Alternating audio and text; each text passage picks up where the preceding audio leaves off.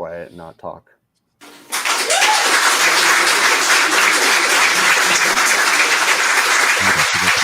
Where's the chat? Where's the live chat at, bro? Thank you. That's awesome. So we were just talking about carrying guns and that real quick. Let me get back to this before you do an intro, Bill, because there was something super interesting that I read, and I don't think I brought this up to you guys before. Maybe I did, but we were talking about school shootings, carrying a gun, getting crazy, shooting bats. Chris shot his brother or something. I don't know. I shot the sheriff. Yeah, one. Chris is frozen. But anyway, I'm just fucking with you. My kids came home with a school handbook or some BS that they had to sign and we had to sign. Okay. So the one night I'm like, my son's like, I have to sign this. I'm like, what the hell am I signing? I didn't know if he did something wrong at school, what's going on with it, blah, blah, blah. So I started reading it. It's a thick handbook. And one of the things I thought was peculiar, which I still like, I think I should like do something with this, right? There was a spot in there where it said that the school takes out an individual insurance policy on each kid in case something happens at school for the kid. And I'm like, oh, that's nice of them because they're going to help out the family or whatever. And it's like, no, they're like lawyers. And then it said the parents are responsible for taking out their own insurance policy on their own kid because the school's policy is not payable to the family. And I'm like, what the fuck? Yeah. It's crazy. So, conspiracy theory shit. So people are asking in the chat, what a way to open the show, by the way. Sorry about that. We're finished. Yeah. People are asking where am I? What's going on? They're asking where Brett is. We're actually in the same room. We're right next to each other. We're just, all we have to do is I reach over and I'm going to touch his ear. No, we're both in hotel rooms at different places. I'm in Atlanta. Where are you at, Brett? Oklahoma. I'm in the Panhandle. When my kids and wife drove up here last 2 weeks ago, we were counting windmills because that's all there is. There's over 63,000 in the state of Oklahoma. I hate windmills. Why? Do you have a deep-seated fear of them? No. They're so where I'm from a small town up in the thumb of Michigan, and just like a regular small town, farm town sort of deal, and a lot of nice, what I would consider nice, just like farmscapes and fields and barns and stuff. And instead, all we have is just windmills now. So you look across the horizon. I'm not going to break character. We look across the horizon, and all we have is windmills. Windmills as far as the eye can see. Windmills. So they just irritate you because you don't like looking at them. Like one windmill is blowing into the other windmill. It seems like, why do we have two windmills? That's how most people install mini splits. It's like turbocharged, right? That and like the few things I hear about them for all the fossil fuels that go into building them, putting them in place, and then you get like 10 years out of it, and then they may break even. It seems It seems like it's a good idea, but we're not quite there yet to make them efficient.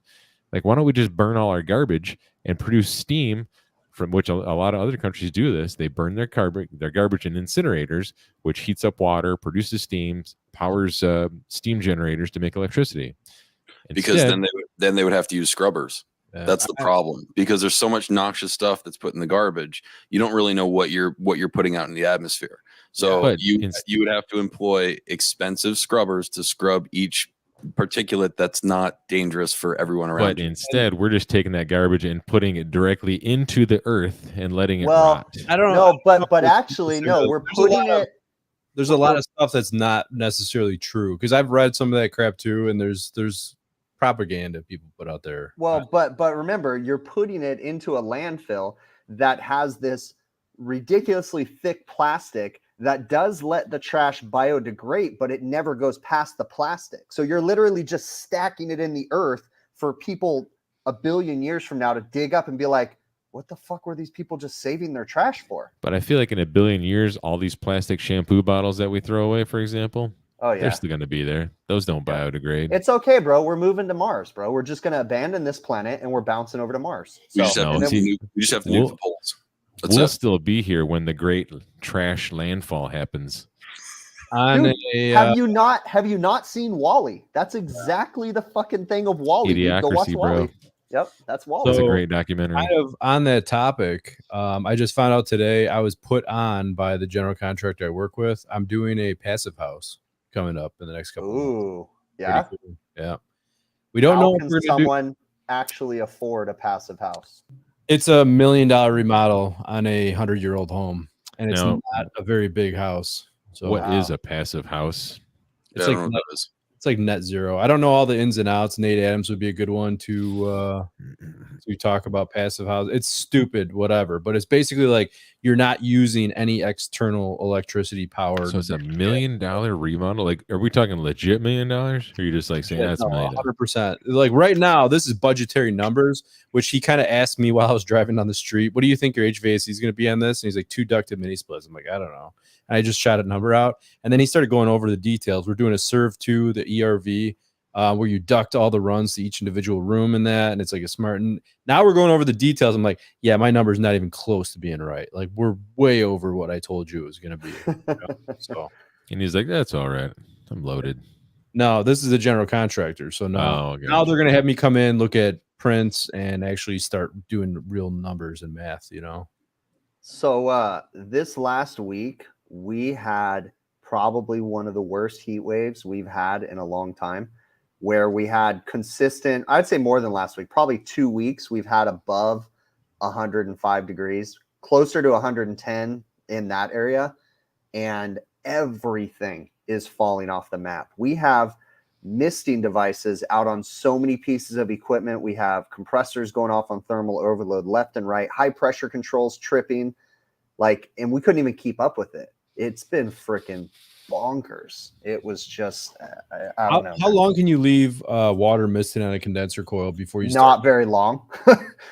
I mean, honestly, the minerals deteriorate it destroys everything. It destroys everything. But there's nothing else we can do besides replacing equipment and going bigger, but you can't do that right now. Stupid idea, but those cartridge filters that people use on their whole house and that.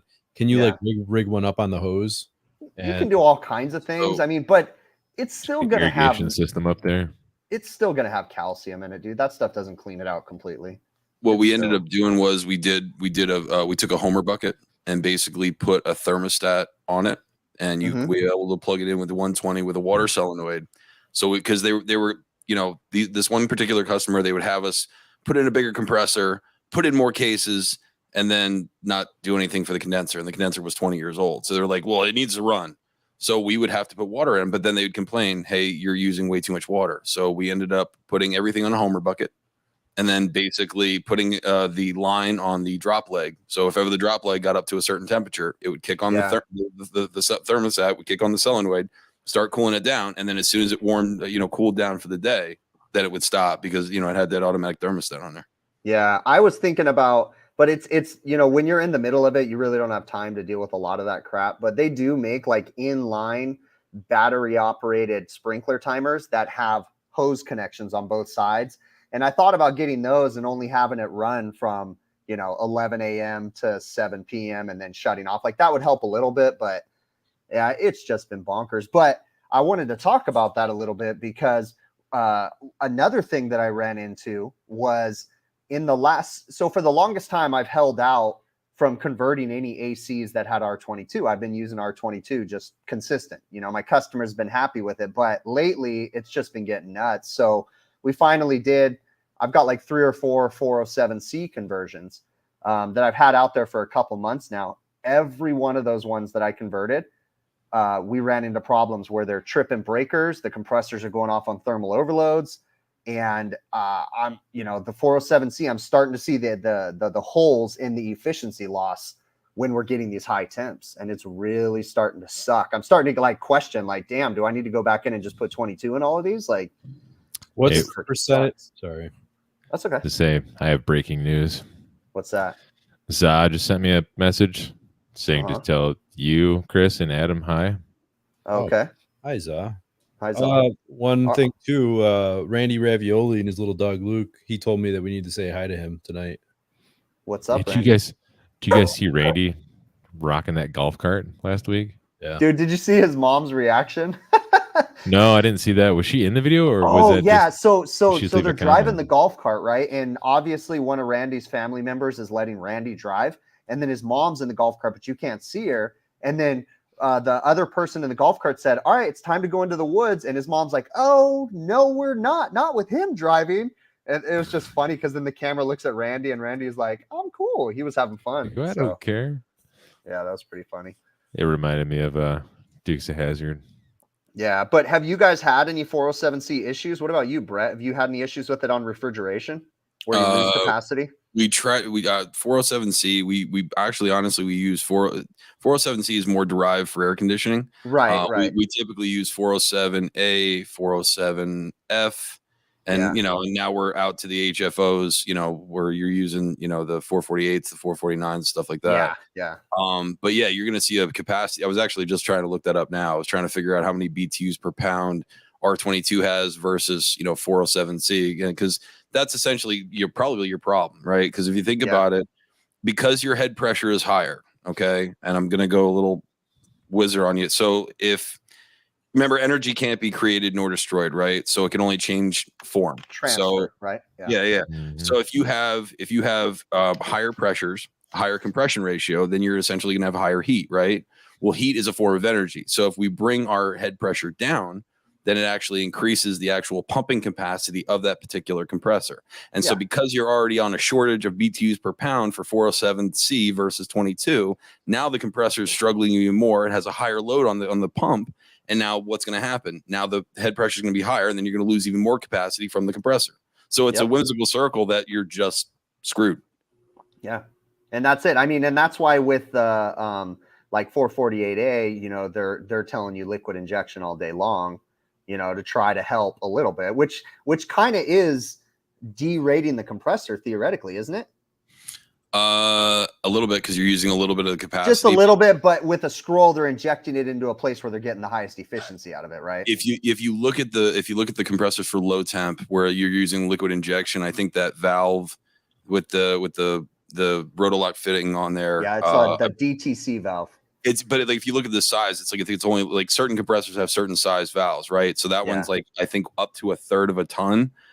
I had a unit where I was running out of liquid. I was legitimately running out of liquid, and I actually did a science experiment where I put ice on top of the receiver, and it was condensed. The ice would essentially condense the liquid or the vapor that was left in there and give me a little bit more liquid, because whenever the unit would start feeding liquid injection, it was stealing too much liquid away from my system. So essentially the condensing unit was undersized, and it would work fine if it didn't need the liquid injection. So cooler days, be straight. But as soon as it started feeding the liquid injection, the compressor was on that capacity range where it was on the borderline of potentially not making enough liquid for the whole system, right? Does that make sense? Does that mean it's undercharged then? I just thought of a random thought too. Maybe I can ask Sporlan. Maybe they can give me the information, because I believe Sporlan actually makes the DTC valves for Copeland. Because if you open them up, they're like implanted, and they look like a Sporlan valve if you take them out. But I'm curious how much of a capacity loss if you took like a TREV. I don't know the part number for a temperature responsive expansion valve, Y1037, or it's something weird. But if you took one of those versus a DTC valve, I'm curious, because the DTC valve actually injects into a certain spot in the scroll versus the temperature responsive expansion valve you just install on the suction line, don't you? No. Where does the temperature responsive expansion valve go, or the TREV one go? I thought it didn't. Oh wait, yeah, I thought it goes into the suction line. I've never installed them. The liquid. Are you talking about the one that's a liquid injection where it basically tries to compensate for a high suction temp? No, I thought there was a Y. You're talking about a Y1037 that has a capillary tube on it that goes on the discharge line. Yes, those things. So like if you look at the part numbers on them, it'll be Y1030 or 1037, and then it'll have a next number which is the tonnage, and then the next number which is the temperature. So those things are typically either 190 or 230. You can decide what you want. The reason why the other ones, the DTC valves, look a little bit different is because basically it's going into the head of that. Yeah, it's the little rotolock connection. That's the only difference. Yeah. And a lot of times what happens is when cats are pulling out, like when they're changing out a compressor, they take a channel locks and squeeze it real tight, and then all of a sudden that compressor takes a crap the next time around, because now they're just they now squash the bulb, which puts more pressure on that valve, and then it just starts feeding all the time, even on the off cycle when it's not supposed to be. Are we confusing the hell out of you guys? I mean, things that I think somebody got into some Heatcraft and Sporland documents on the plane ride over. For sure. So, I'd like to answer that real quick. So I'm in Georgia right now because I'm doing like some video stuff with Heatcraft. So that's what Bill's implying. But anyways. Staying at the Pineapple Palace, I see. Pineapple Palace, that's right. We got the big party going on. They rolled out the red carpet. I got a view of the parking lot, so it's cool. Nice. We got the red carpet experience. Bill's moving to a hotel/motel tomorrow. Oh yeah, that's right. gonna be. He says he bought a house and he's moving, but he really is broke and he's transitioning. We're basically moving into the parking lot of a truck stop. That's exactly right. But they're moving into the parking lot of a Buc-ee's. That's what they're pretty much, dude. You could live in the parking lot of a Buc-ee's. Like a parking lot of a Buc-ee's is an entire city. I watched a documentary on Buc-ee's. Now there's a documentary. Yeah, it's on YouTube. Just look up Buc-ee's. There's a couple of them. Okay, two things that I took from it. If I understood it correctly, he owns every one of those and he self-finances them. That's what I heard. It's all his money. And Buc-ee's does not cater to trucks. They don't have anywhere for trucks to park. It's only for cars. No, it's not. Is it not? Yeah, do they have some that have trucks? No, they have separate. They have separate another side where they have directional where the trucks have to pull in to a certain section. So they have a row of diesel pumps. Okay, so interesting. There must be different ones because the documentary that I watched, they were saying how they don't cater to trucks at all. So I was kind of like, whoa, that was interesting. It's crazy going in because you'll see like there's a smoker, like a $1,400 smoker that you can buy. Yeah, The ice is cheap as hell, and there is never not one time where in a Buc-ee's that I've been in, there hasn't been under 100 people in there at once. Now, the next thing that I heard was the documentary that I was watching was also talking about this new Buc-ee's that they're building. And so I guess the biggest Buc-ee's now is not going to be in Texas anymore. This new one they're building, I don't know where it is, but it's going to be bigger than any other one. And it's not in Texas, which is kind of crazy. Oh, no. I've never been to one. I want to go to one. I've never been either. The closest thing we have here are like the Pilot and the Flying J's and the Love's truck stops. And those are, I mean, decently sized, I would imagine. Like you go in there, they got a restaurant, they got an eatery. Some of them have like a little kitchen. You can get fried foods and whatever, and bathrooms and like I'll give you guys sections. a tip. If you guys ever want cell phone holders for your work vans, go to a truck stop. They have the best freaking cell phone holders ever. They have the coolest ones that telescope and have all kinds of weird crap. I've been to truck stops. I remember when we were traveling around playing shows back when I was a musician. Oh, did you know that Adam was like a legit musician? He has like a music video and stuff. Oh, we'll have to share that with you because I'll find the music video one of these days. So anyways, they didn't realize this, but you could pay money and there's showers. You could take showers at truck stops. Mm-hmm. Yeah, that's the thing, dude. I guess I always just thought like truckers were dirty ass, smelly people. Well, I mean, they are. The truck stops all fight for the cleanest, best amenities. So they all keep each other on their toes and make the truck stops nicer and nicer. I used to service pilots, and we would sometimes get called out for like things in the bathroom, the exhaust fans or plumbing issues or whatever. And yeah, I mean, those bathrooms were fucking spotless, dude. Yeah, it's crazy. Hey, I got a question. Do you guys have fast food place where you're at called Del Taco? Yeah. Yeah, maybe. Okay, so that's a Southern California like taco place, and I'm out here in Georgia, and I'm like, there's a freaking Del Taco. I didn't know they were out of California. I thought they were just in California. So well, that goes the same with Buc-ee's. I thought Buc-ee's were just a Texas thing, and I didn't realize that they were in Florida. They're in Georgia. Like I was looking one up right now because I was curious. But how far north do they go?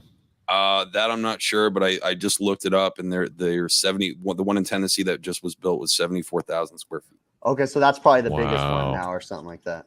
74,000. That's like a fucking shopping mall, dude. 74,000 square feet. That's freaking bonkers, dude. So there's a supermarket chain down here in Texas. They're more, I say Texas. They're in Texas and predominantly in South Texas. They're opening one up by my house, 111,000 square feet. Damn. 111,000 square feet. That's yeah. nuts. That's I don't even know what to make of that. And that's a gas station. What's Cyborg talking about? In Canada, we have En Route. Not quite as big though. They do have electric vehicle chargers. Interesting. Well, since our resident Canadian's not here, we're not allowed to talk about Canada. Sorry, Cyborg. Yeah, he actually he didn't tell the group he wasn't coming. Nope.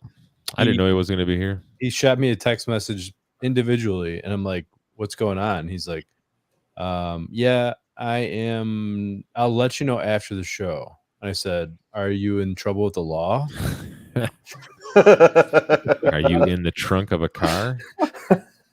Do you have someone in your trunk? Like it was Oh, that's a good question. Yeah, is Very there somebody secret. in your trunk? not very cool. I don't know what it was. He's driving down the road listening to Stan from Slim Shady, freaking Mhm. rocking out. That dude is the most secretive guy I've ever met in my life. For real, dude. And you how know what? long He's have we probably got known him? nothing going on. Right? How long have we known Joe? And then we find out these little nuggets, and we're like, "Whoa, for real?"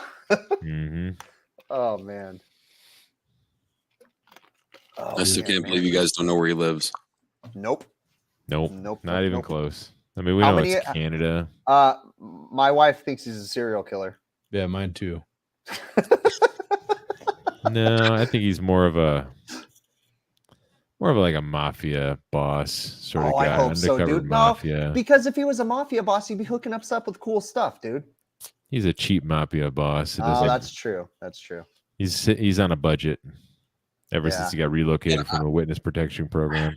I don't think so because he's wearing like salmon polos and like and the basketball jerseys. Like I'd expect tracksuits. Like if I thought mafia, I thought I'm married to an Italian from New York, and my my father-in-law is a criminal defense attorney, and he's like, oh, I got you this. I'm like, where'd it come from? Well, off the truck. What truck? Don't worry about it. Don't worry about it. I got it for a deal. I got it for a deal. I wouldn't worry about it then. He's in the chat right now. Yeah. He's commenting.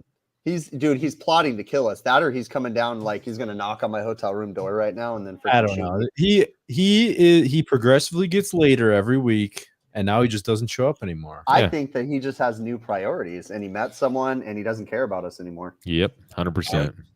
That's what I'm thinking because he's dressing a lot nicer. Yeah, he's dressing a lot nicer. Yeah. Oh yeah. Did you see that? He was wearing a chain last week and he was all trimmed up and proper and stuff. That's right. That's exactly. Hey, what's up, right. Trevor? Yeah, Joe did get fired, and we are taking auditions. So send your tapes to HVACOvertime@gmail.com. Hashtag Joe had to go, and he went. Big Clive. Did anyone watch the Ted Cook interview? What Ted Cook interview? I didn't know there was one. On Shop Talk. Oh, hey, I got to tell you guys, I kid you not. When I got on my airplane today, Bill Spohn was on the same plane with me and Ted Cook. And I sat next to Ted Cook on the freaking plane, dude. Did you get a picture? No, because he was sitting right next to me. But he was a dead ringer for Ted Cook, dude. It wasn't Ted, but it was a dead ring. He doesn't travel. I know. I'm trying. I think he should really consider going to the symposium this year. I think he should. Yeah, Ted for sure. I told him about it. He's like, "Oh man, Joe Shearer was there. That'd be cool." You think Ted would like it? He would have such a good time. I was telling him, I'm like, "There's a lot of cool classes." He's like, "Screw that. I wouldn't go to any of the classes." Well, hey, you know what? One I mean, could go to the symposium and just stand out and talk to everybody, and then just go to the after parties, and they would have a blast. Yeah, so. That's kind of what we did for the most part. Yeah, there was a handful of speakers we went and saw, and classes we went to. Yeah, I wish I would have done more. That's what this next year will be for. Right. The first one's kind of break the ice, get to know everybody, see what the whole thing's about. And the next do you want to take my speaking spot, Adam? I'll pretend like I'm going to speak, and then I'll let you go up there, and you could do a class. Do it. I'm talking about refrigeration, big picture. You can talk about anything you want. They don't give me a criteria. They just said, "What do you want to talk on?" I just don't really want to talk. I just want to go and enjoy it. So I'm going, but I don't think I'm going to be a speaker. I'm just going to talk. Pre-record it, and then when it's time for you to speak, just put up one of those wacky waving inflatable arm flailing tube men in your spot, and just play the audio. There you go. You're like, wow, Chris is riveting. He's got so much energy. Yep, that's right. Oh man, but yeah, that heat wave that hit us, it was funny because come today, all of a sudden we had a cool down. It was only like 91 and it was overcast and like thunderstorms everywhere. So whatever, I was able to get out of town and it was 94 on a roof today, and I was thinking to myself, like, God, this is like I'm in California. Oh, that's not California, bro. 94, that's a nice roof. Oh, man. That's springtime, dude. I mean, I wasn't dying, but I was like, I've had about enough of this for now.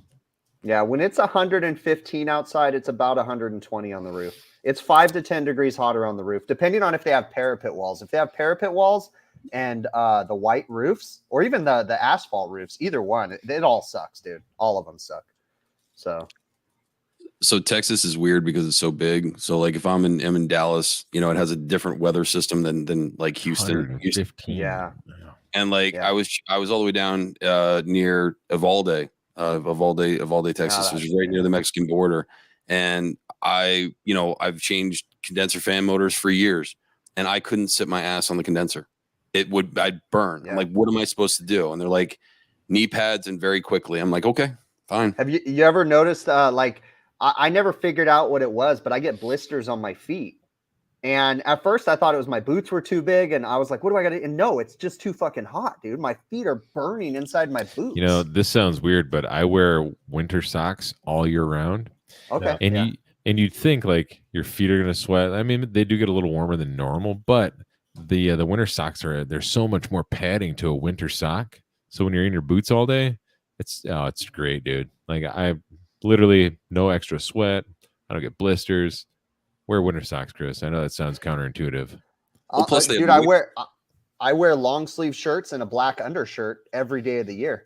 So, because that keeps me cooler actually. And then don't tuck it in, leave it untucked, and it has like air pockets for the air to get up underneath, and then it keeps the sun off you. That's the biggest reason why I wear long sleeves, because I'm afraid of skin cancer. So, which you're in California, and you should really be afraid of that. It's funny. Sorry. They got so much smog. I don't think you have to worry about it, right? Yeah, no. We got fires right now. We haven't had fires in like 2 years, and all of a sudden we got a bunch of fires right now, and it's bad, dude. When I pulled our car out this morning, there's ash all over the car, and like I'm not anywhere where fires are going to get to my house. I'm not in a fire zone, but they're all around me. So, you guys remember your first high school dance, and like that first time you were dancing with a girl, and you're like all weird and like awkward, trying to like move around, and, like step on her feet and stuff? You mean when I was just standing with my friends talking about how I was going to go ask some girl to dance, but I never did? Kinda. That level of awkwardness, yeah.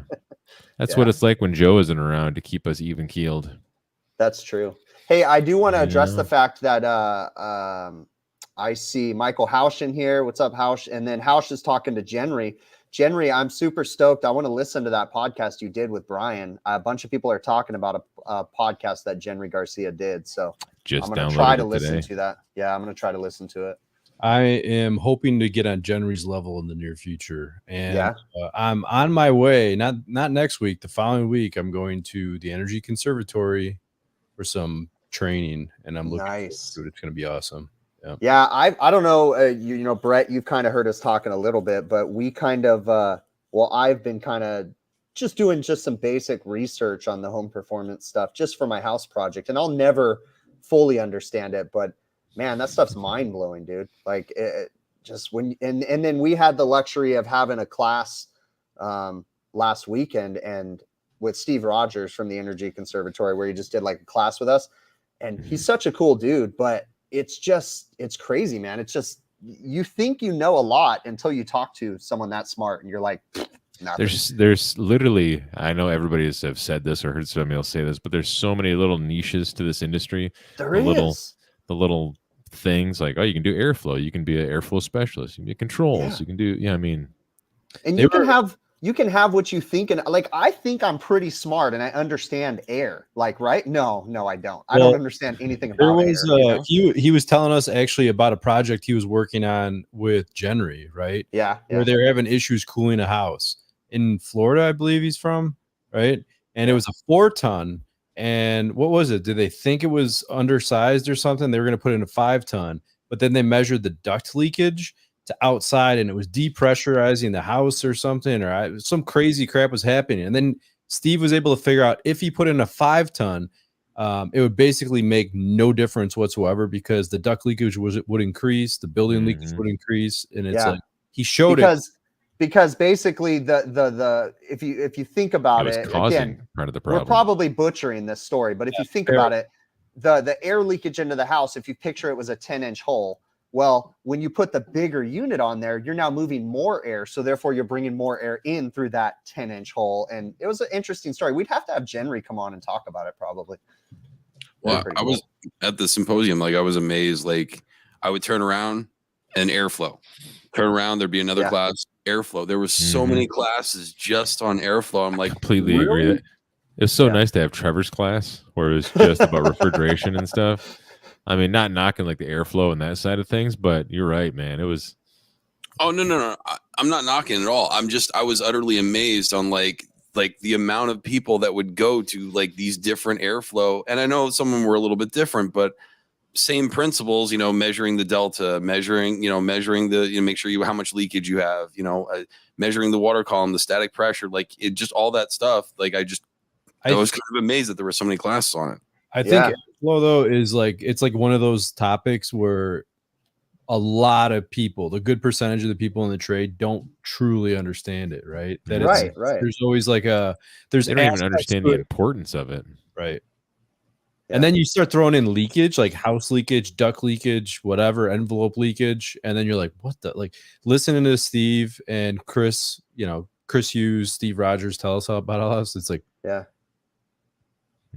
It's also interesting too, like, because Steve does a good job and so does Chris of like explaining things to you. So as they're talking to us and kind of, giving us some advice and training us, I start thinking and I'm like, oh, wow. So like, if just some Joe Schmo like me gets a blower door and puts it on his house and then thinks, oh yeah, I'm just going to seal up this leakage right here, but there could be so much stuff you can do, because what happens if you have, you start pulling air in through your attic and different things and you have asbestos in your attic and like, there's so many different things you could screw up, if you don't know what you're doing. Speaking of the airflow, so I got to do a walkthrough of my new house, and they have, it has, I think he said it's doing like 4 air exchanges per hour or something like that. So free air is being brought in through the basement. And then as far as mechanical exhaust, they have just the 2 bathroom fans are constantly on. I never knew that was a thing before. Yeah, they constantly run. So here's something that they do by me, which I just don't understand how this can be legal, but everybody thinks it's the bee's knees, and the best thing is they just install quiet, cool whole house fans. And they say that your house does air exchanges when you push the 60-minute timer on the quiet cool, and it just brings air in.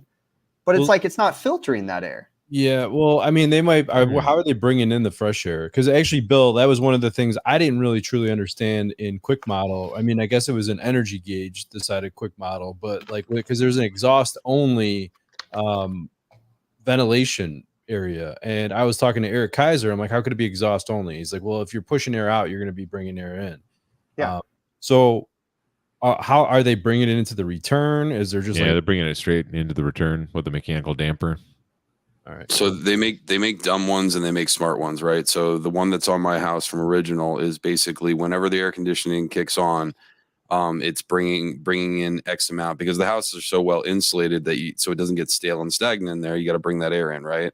Yeah. So they have dumb ones that are like, okay, I'm just going to bring it in. It's always done in the return, so you're at least filtering it. So you're not putting all that crap, from wherever you're pulling that air. Typically, they put it in the eave of the houses a lot. And they have smarter ones that wouldn't be able to turn on unless the humidity is at a certain percentage. Because I mean, you're not going to bring in more humidity and basically kill the efficiency of your unit. So those are the smarter ones that is like, yeah, I need to bring in some fresh air, so I might either reduce it, or if the humidity gets to a certain set point, I'm not going to do it.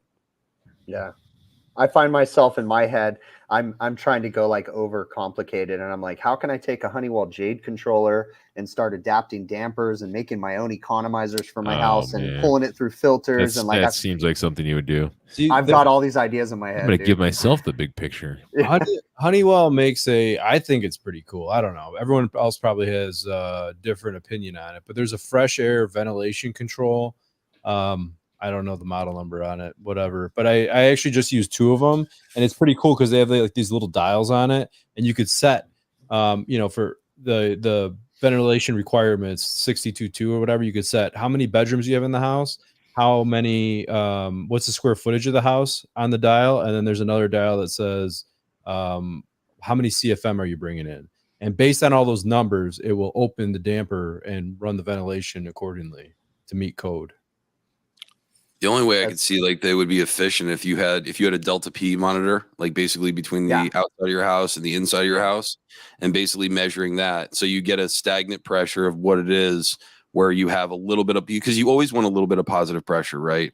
You never want a full negative pressure, because then you're going to pull in crap from any other nook and cranny that's essentially leakage in your house. And, I've done that where I was like, I took my thermal imaging gun and I'm shooting stuff. I'm like, what the hell's wrong with that window? What the hell's wrong with that? You know what I mean? Going around everywhere trying to figure out, where I was getting some leakage, because I was having problems with the AC at one of our houses.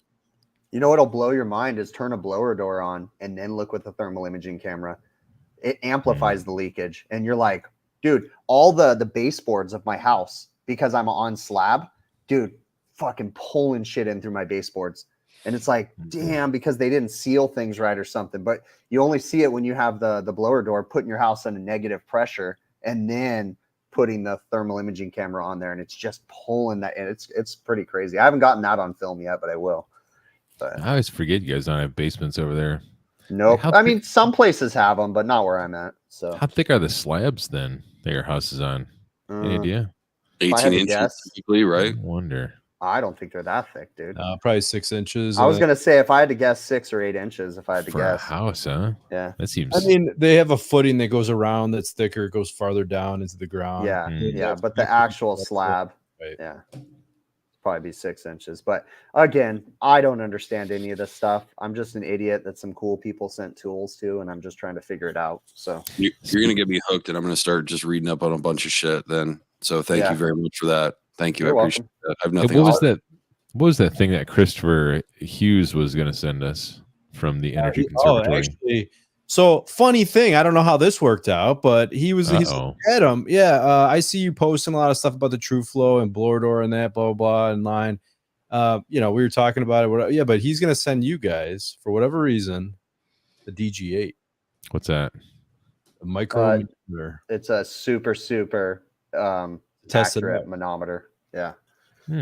Interesting. Well, I'm going to be going to that NCI class pretty soon, so. And actually, well, that I don't know if that doesn't really tie into that, but they use the manometer quite a bit in the duct system optimization class I took through NCI. That was an awesome class. Yeah. I was kind of well, I don't know how much we're supposed to be talking about this, but yeah, we probably shouldn't. Yeah, probably shouldn't be talking about it. I'm sure they don't care. We should bring Steve Rogers on the show one day too. I think that would be cool. Have Steve on, and even if it's not for the whole show, just have him on for a few minutes or something. That'd be kind of cool. I bet he's a wild guy behind the scenes. Yep. He's actually a really nice guy. Adam's all asking him questions like in a private chat, and he's like totally like giving you like crazy great answers and stuff too. I bet he's got one of those little brass circle things that looks like a tiny stopwatch, and you flip the little thumb level open, and it's just filled with cocaine. It just like takes a little bump every once in a while. He strikes me as that kind of guy. He wears a Hawaiian shirt, for God's sake. I'm not gonna comment about that. Hawaii. It was last Friday, I think it was, that we were talking to him, and then like I had the whole night in the morning to stew on what he had to say. So then like I'm driving to an estimate that I had. I'm like, well, what about this? Like at stoplights, and I start throwing all these crazy situations at him. Oh, is that where you started the conversation about what was it, like the neutral pressure plane between floors of a building or something like that? Yeah, I'm like, all right. So we learned about the neutral pressure plane, and that has to do with the leakage up high in a building versus the leakage down low, and where the equalization point is at. I guess you would say if I'm saying it correctly or whatever. But then I'm like, okay, what if you have like a condo building where you have a multifamily building stacked on top of each other with Flexicor, the concrete slabs? Do you have multiple neutral pressure planes? And he gave us like a kind of like a complicated. It's complex. It's a nerdy answer. Yeah, it's pretty cool though. It's neat because it's not that I know that I'm not completely educated and I'm not an expert in refrigeration or anything, but it's also nice to just kind of delve into something else every once in a while, and it just kind of opens up your brain. And you'd be surprised how much airflow comes into the refrigeration side, right? Obviously, it comes in a lot, but it's pretty cool to like have something fun to kind of dive into. And at the very least, it should show you the importance of airflow in any application. Well, and one of the cool things too is we have these conversations, and Brett, I'm sure you've done this before too, but you start having a conversation with a manufacturer and you kind of get to influence decisions that they may make in the future. Like I'm like, hey, we need to be able to do this airflow measurements on commercial equipment, and you get to kind of bring that stuff up, and it's kind of fun. Yeah, I know that we got to influence them by Bill's like, do you have any shirts? No, but you can help us design them. Bill's like, how about swear words and middle fingers? Does that work? Fuck yeah, bro. No, but it is pretty nice. Like Brett, you are in a position now with the podcast and stuff. Like you get to talk to manufacturers too. Do they ever take your input, do you think, and do things with it?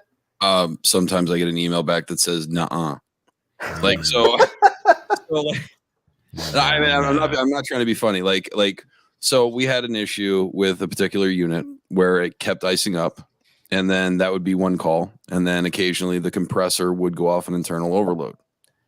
And I wrote this long diatribe of an email with all kinds of bulletin numbers, proving, Copeland numbers, because there was a couple of things that were happening. So the unit, I believe, is oversized, and I proved it because what I did was it was running like 75 degrees saturated, and I jumped it all the way up to 105. Well, when I did that, right, the compressor essentially becomes a little bit less, less as big as what it was, because you're raising the compression ratio. Yeah. So basically it went from running a negative 14 degrees saturated up to like an 18 degrees saturated, but still this evaporator is supposed to be running at a plus 28. So I'm still like way overshooting my suction pressure.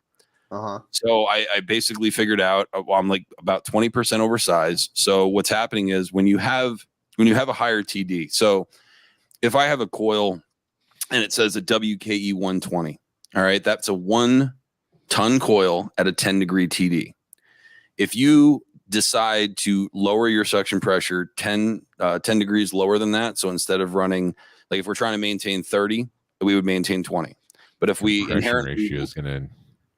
So what happens is the TD increases, and then basically now that coil is no longer a 1 ton coil because it's not at a 10 degree TD. Now it's a 20 degree TD. So now I would need a 2 ton expansion valve, not a 1 ton. So what would happen is you'd run a high excessive superheat. You'd have about 30 degrees of superheat. And you could tell because the defrost termination sensor typically should be damn near the temperature of the saturation, damn near what the coil is. And it wasn't. It was 30 degrees superheated once it went through the second pass, even though there was like 6 more passes to go. So it would ice up, then it would ice up, and then you'd lose airflow. Then the expansion valves, the pulse width expansion valves would throttle down even more, drop the suction pressure even more. Then the compressor would go off internal overload. Because what happens is, medium temp scrolls, and if anyone's listened to any of Trevor's stuff, I mean, he'll tell you, if you run outside of that operating envelope, like if you look up the AE bulletin for that particular compressor that I was talking about at that point in time, they'll tell you that the low pressure switch needs to be set at 36, which means you don't want to run any lower than that because you raise the compression ratio, and the compressor wasn't made for that.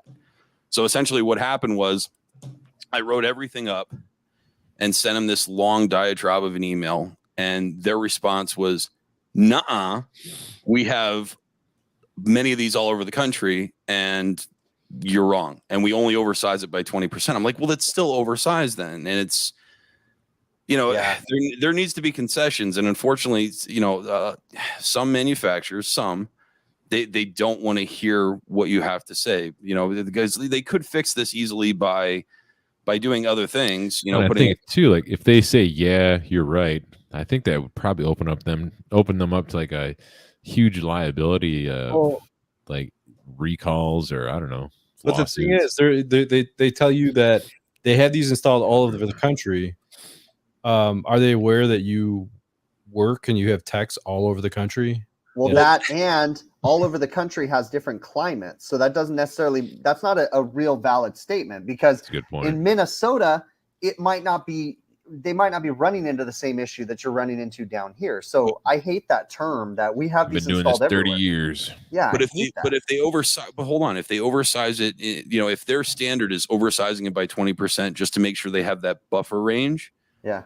You know what I mean? And they're going to do that all over the place. So they're going to size it for that, but forgetting, that, like, let's just say if you have a unit in Minnesota, it's going to get cold as hell.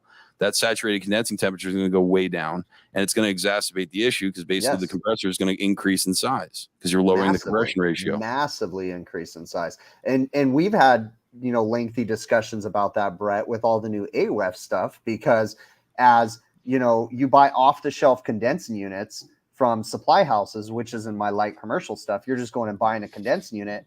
It comes with, they're basically running the saturated temperature a lot lower, whether it be through fan cycling or through, head pressure control valves or whatever. And it's so critical that we size this equipment right, because we run into these problems, So have you guys come up with a workaround to make these machines work? Turn off a condenser fan motor. You could stage up the pressures. Yeah. You could stage up the pressures, but the only other thing that you can do, and there's one chain store that I've had the same discussion with when they were having the similar issue. And I was like, hot gas bypass valve, because you're basically taking that discharge pressure and then dumping it into the suction. But as you know, if a compressor gets hotter than the suction line gets hotter than 65 degrees, you're going to cook those windings, right? So then basically what they're going to do is they're going to have liquid injection as well to combat that. So it probably loses the UL rating that they were shooting for originally. So that's probably why they don't want to do it, because they probably said, hey, we can hit this UL rating if we do this. Yes, you can, but it's going to affect the operation. Like Kevin and I had a discussion the other week, like how energy efficient can you go before it just starts ruining the performance of the freaking thing? Like he was telling me there's at hanging evaporators, or just front facing evaporators that now are going to require a speed reference. So what they do is, as they start coming down, reference. So it actually is a fan motor, an ECM motor that is powered with a 0 to 10. This is like Heatcraft stuff. This is crack stuff. And basically they require a signal. So there's a Johnson control thing that'll give you an analog output signal based off of temperature. So if the temperature of the box is set for 0, basically you're going to start tapering back the fan speed as it gets closer to set point. Why? Because they want to save energy. But like, once again, how much energy are you going to save? Plus, when the thing breaks, it's going to be 4 times the amount because there's more electronics. Okay, so if they're going to start doing that, how are they doing oil control? I mean, if they're slowing down the speed of the evaporator, dropping the saturation temperature, are they going to have oil return issues then? Oil separator, maybe. If it's piped properly, no. Right. I mean, that's the whole purpose of doing, inverted traps. When you do your risers, you got to make sure, like, if your line is inching, 3/8 at the bottom, where it comes out of the trap, it's going up. It's going to, go down one size. And then if it's higher than like 12 or 15 feet, depending on whoever spec, then what they want to do is they put another trap so you can keep catching that oil. So otherwise, if you don't do that, you'd have to make sure that you have a shutdown every so often to pump that shit back. I think that it's important that we say something too, that, the way that these new energy mandates happen, like the AWEF requirements, AWEF applies to walk-ins that are 3,000 square feet or less. There's other requirements for bigger stuff. It's not the manufacturers that are setting these standards. Okay. The manufacturers are being given energy guidelines that they have to meet, and they're all allowed to go. It's like the wild, wild west right now. They all can achieve those any way they can, and they all have different methods of doing so. So it's not necessarily the manufacturers. And furthermore, I'm not going to name which manufacturer, but I will tell you that a certain refrigeration manufacturer out there went to Sporlan and said, hey, we want you to make us a custom adjustable head pressure control valve that is field adjustable. Okay. Now let's think about this. If they give you a field adjustable head pressure control valve, what do you think the manufacturers think about this crap? They know exactly what's going to happen when they start running into problems, and they go, let's adjust that so it never goes into bypass mode. So yeah, I thought that was funny, but I mean, think about this though. Like, so they have all these energy standards that the government's implementing across everything: refrigeration, commercial, residential, right? All the equipment is costing more money, and like all the materials, everything that go into it. When something breaks, all right, so you're saving the environment or whatever by not using this energy, but then you have to use the energy to manufacture more parts and all this bullshit, and all this crap goes into landfill, like a windmill. Because like, all right, here's something. Like, you have a tried and true something like a regular contactor, right? Where it's gonna be pretty hardy, it'll last years to come, whatever. And then you have these like circuit boards where you have line voltage going in, and there's all this bullshit with blah blah blah sensors and everything. They control the on and off. Now there's a lot more that goes into that. That goes, and you're costing the customer more money. You see what I'm saying? Like, yeah, but the cool thing is that as technicians and as contractors, we just get to make money off all of this. So yeah, it's but just, I just hear people bitching about it, and we have to educate ourselves on it and stay ahead of the curve. Yeah, but I mean, is that really a bad thing that you have to innovate and educate yourself and just make yourself smarter and smarter? Hey, the people that are willing to educate themselves, we're going to be just fine. Because guess what?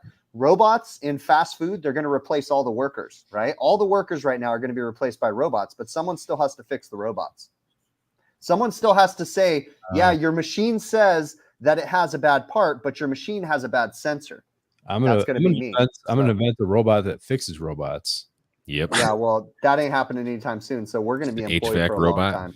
So there's a supermarket chain that how like all these supermarkets have the OGPs, the online grocery pickup, where you basically order the stuff, guy comes out and brings it out to your vehicle.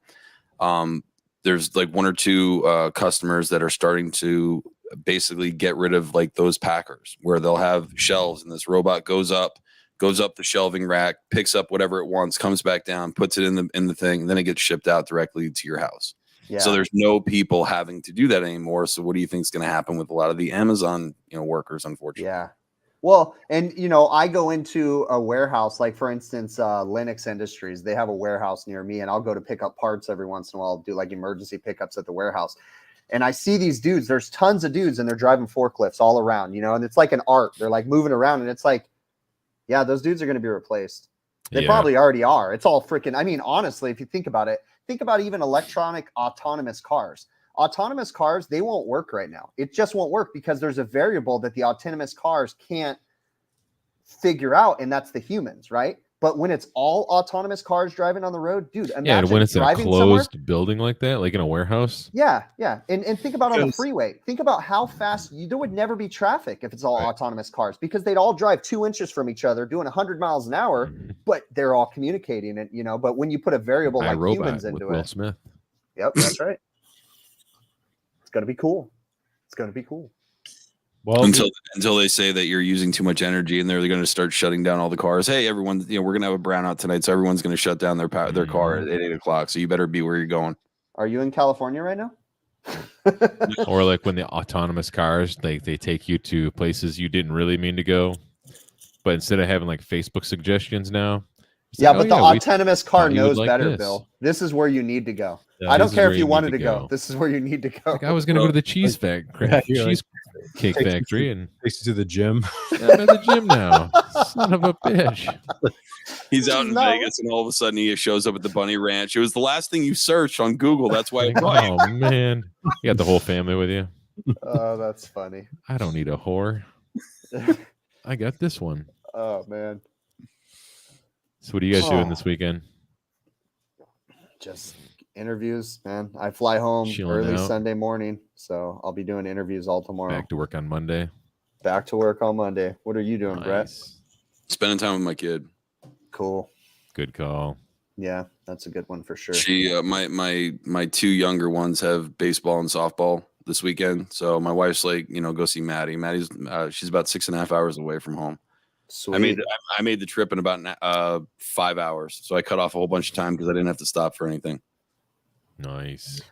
Troy Belding is asking why I'm in a hotel room, because I'm in Atlanta. I'm doing some work with Heatcraft Refrigeration this weekend, and then Brett's doing some traveling too right now. So I was seeing if we had the same background. That would have been weird. It's kind of similar. Close. That would be funny though. That we need to figure that out, Brett. That would be pretty epic if all of a sudden I just roll over and you roll right next to me. Like you talking about in the same bed together and stuff? No, I'm talking about on the same chairs next to each other. No. I mean, come on. Like we ain't all thought of Chris in some sort of way like that. No. No. Nobody? Nobody, huh? Jerks. Nope. I'm trying to figure out what day of the week we have that Jim Davis class. Bill, do you remember? I thought it was Monday, Tuesday, and Wednesday. Dang it. That's a lot. 3 whole days talking about heat exchangers, bro. Wednesday and Thursday. It's too bad it's not on a Friday. We could do it together and hold hands in the same hotel Just take room. the week off. Chill out for the last couple of days during the week. You can ride along with me. I'll tell him you're a potential apprentice. I think Adam is going to travel more than Brett this year. Probably. Yeah. Yeah, Adam's like booked up so much crap, and then he told me he was going to come to my house, but now he doesn't have time to come to my house because he has I so will many still come classes. to your house. That's worth it. So I just got word that someone canceled on me for a class that was supposed to happen up in Wisconsin after someone else canceled and said they couldn't teach class in Wisconsin. So I might be going to Wisconsin in November, December. Nice. And then I'm going to California in October. And then I'm shopping for real estate for a new training center. And I'm also trying to broker to get a CO2 transcritical trainer. I'm really pushing my luck trying to get everything that I want. Damn, might as well do it now because next year they'd be like, hey, dude, you know we what? already gave you so much stuff. They're saying that the economy is going to tank next year, so blow your budget this year, bro. Trying to get whatever I can. Blow it, dude. Blow it now. I'm seeing restaurants right now. I was talking to one of my restaurant like area directors, and I'm like, "Hey, bro, where are you guys getting all your money?" And he gave me like this answer, and I go, "Are you sure you're not just blowing your budgets for next year?" Like, because I think that's what a lot of people are doing is just spending everything they can because they know they're not going to have it next year. So I'll be flying into Madison, Macedonia. I think that's the name of the town. Macedonia, huh? Maybe. Heard of that place. I could be wrong. It's like a bad song from high school. You know what I'm looking forward to is I just got approval from my owner, not my owner, but the owner of the company I work for, to go to Trevor's CO2 class. So that'll be cool. Are you actually going up to Canada? No, just online. Oh, okay. Got it. That's cool. See, I don't even do anything with CO2 in my daily work life. I never see it. I never touch it right now anyway. But it's, for whatever reason, I always thought it's cool. It's very, very fascinating. What the fuck? What do you want me to pull? Like, I got a freaking stylus for my laptop. What do you want? I'll send you Joe. Yeah, use a tool. I feel like that's something I would read on a cardboard sign at a stoplight. Exactly. Tomorrow's my birthday. Can I get a free tool? I was totally off. Menominee Falls. That sounds like it. Yeah, I don't know. By all rights, though, we did used to give away a lot of free tools. That's been a long time. Then we ran out, and we make no money off of this. So we ran out of money. Yeah, that was like a bad Ponzi scheme. Which didn't pretty work. soon there's going to be a new T-shirt design on the website that nobody ever goes to, and maybe we can make some money off of that. I'm still waiting for the logo thing that we were talking about. Oh yeah. Yeah, I talked to Adam about that, Brett. I think it fell through. The contact? I sent you the contact info. What? I sent you the logo, and I never got like a design of what you guys were gonna do. I thought that fell through, Adam. Yeah, no, it didn't. We still need to talk about that more. With more? We got to talk more. There's a lot. Are we married? We got to have another meeting. There's a lot. We got to have a meeting about the last meeting. We need to weigh the possibilities. You know what? We should start doing these meetings on Zoom because that would be a lot more efficient. We could do them during our work days. Get distracted and get nothing done. We could totally be working, dude. There's nothing wrong with doing Zoom meetings while you're working. We could. I try to call you guys on video calls during the day, and you guys all fuck you button on me. That's true. I do that a lot. I do that a lot too. Sometimes, and then randomly you guys call me. It's like you guys call, and then Well, duh. It's convenient when it's convenient for me. Why isn't it convenient for you? Yeah, same here. These guys sometimes during the day they get into the point where they just want to talk nonstop, and it's like bing, bing, bing, bing, bing, bing, ping. My phone's going off every 2 seconds. I want to throw it off. Turn that That's shit why off I don't have 3 years ago. notifications off, dude. I haven't had notifications on my phone in forever. I just look down and go, oh shit, they've been talking for a couple hours. Same thing. We have a chat with Brett, and I see it, and it's like I have notifications turned off on everything. I just look at my phone every once in a while. I was wondering 900 missed messages. Yeah, he wasn't responding to me. He's like, yeah, you gotta like just text my actual number if you actually want me to respond. He's like, oh, all the notifications are shut off for the Facebook shit. Yep, dude. Oh my gosh, I'm sure you get it now, Brett. Now that you're on social media, dude, I get fucking 50 billion like video calls and all kinds of shit. People just randomly like, hey, bro, I want a video call with you. And it's like, no, I'm not going to fucking answer your video call. God damn. And I feel bad because I want to help people out, but I do every once in a while, asshole and alligators, and I just don't have the time. I don't have the bandwidth. Yeah. See, I do it every once in a blue moon. I help people out. So those of you that I've helped out, cool. But sorry for the others. I was one of them. I was early on before Chris had 1 million viewers, right? So I emailed Chris a question about streaming, and he's like, "Hey, dude, you got some time? You want to jump on a video call real quick? We can go over this together."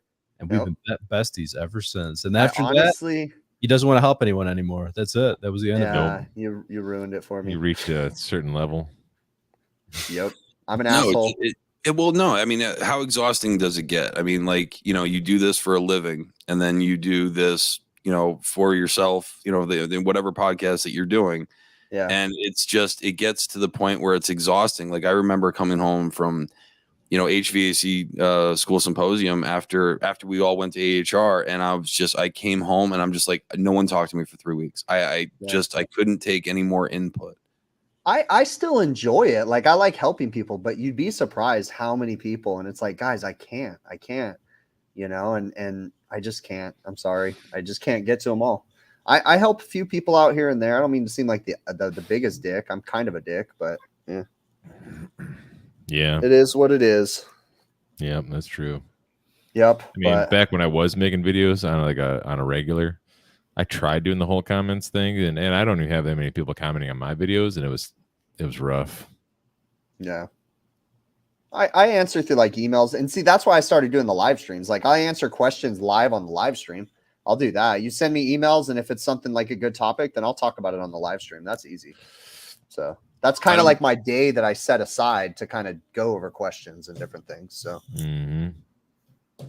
yeah, I had to do that right on, because when I first started everything, like, I found myself just being obsessed with comments and having to answer every one. And I did at first, and then it just got out of hand because I was ignoring my entire family. So I'm a dick, ding. That's right. You are 100%. You are a dick. Yep. See, what is he doing right now that's so important that he's in the chat but not on the show? So House washing basketball jerseys. House says there are plenty of groups to get help. People seem reluctant to make a post. Yeah, dude, that's another thing too. Well, first off, people are reluctant, but Facebook made it even easier because you could do that anonymous post thing now. So if you're afraid of asking a question, just hit anonymous. But still, I don't even see the need to. If you go in the right groups, if you go in advanced refrigeration, if you go in HVAC school group, you're not going to get criticized if you ask a question. Yeah, some of these other ones, they'll fucking tear you apart, though. Overtime, for the most part, overtime's decent. Joe really does a lot. Yeah, Joe gets in trouble more than anybody else in the whole group. So actually, yeah, we have to say this. Joe, we get messages that Joe is potentially going to get our group taken down. But what it is Joe's actually really nice, and he'll approve a post that's questionable, and then it'll go down the drain. And then they're like, your moderator approved this. We're going to take your group down. But Joe literally goes through every comment or question, and he does a good job of trying to make it, Yeah, we should give him a raise. We should give him a raise. We should give him a name tag. You know what? On the next overtime show, we're going to give him the full screen. He can have the full screen for the whole show just by himself. For the whole night. Yep. I want to hear a blow by blow of how his date was, because that's where I'm thinking he's doing. Oh yeah. I'm thinking he's on a date. He's underneath the table looking at his phone. He's like, these motherfuckers. No, I think the date went south. That's why he's watching us in the chat right now. And he's got so much to say the last 20 minutes or whatever. So. I think it involves some duct tape and some trash bags. And yeah, that's all I'm gonna say. He's pulling a Dexter. Here's the thing. We could all be held we could be charged with as accomplices. Accessories. We could be accessories. Whatever. That's right. That's all right, though. I still think that he's under like protective custody, so he's like got some sort of immunity or something. So I don't think he can get in trouble. So I think he's good. I think he's like a diplomat or something, dude. He's got like diplomatic immunity. He's a diplomat. You're like Peter Griffin laugh right there, or what? Yeah, that's as happy as Bill can get. That's about it. Yeah. Well, I say we wrap it up, guys. Let's wrap it up, bro. Yep. I got a lot of stuff to do tomorrow. Yeah. It was cool. Thanks for coming in here. So guess what? I didn't tell this to, the outer webs or the interwebs or whatever you call it, but our intro video that we paid for, we officially lost our money on it. Fivers took our money and they said thanks. And I got an email about it. They said, if you want to contest this, let me know. I'm like, no. I think Adam's trying to make us feel bad because he's told us that like 20 times. Hey, man, just let it die. No, but like there was money just sitting in there, but now it's gone. It's officially gone. What? So you were paying for a new intro, and let's preface this. Adam got this harebrained idea. He's like, without pre-approval. Let's record a new intro, and then he goes, "Hey guys, I paid Fiverr a bunch of money. You just need to send me all new clips." And so he pays this money without even talking to us, and then he's mad at us because we haven't sent him the clips. We don't know what the fuck we're supposed to send him. Is that right, Adam? Yeah, dip your milk in cookies and send me that. We can make it. All right, I'll send you a clip. Hold on, dude. Let me. It's too late now. I'm not buying it again. Oh man. All right. Cool. Well, thanks, Brett. Yeah, not a problem. Just another reason for Joe to come find me and murder me in my sleep. Yeah, he doesn't need more reasons.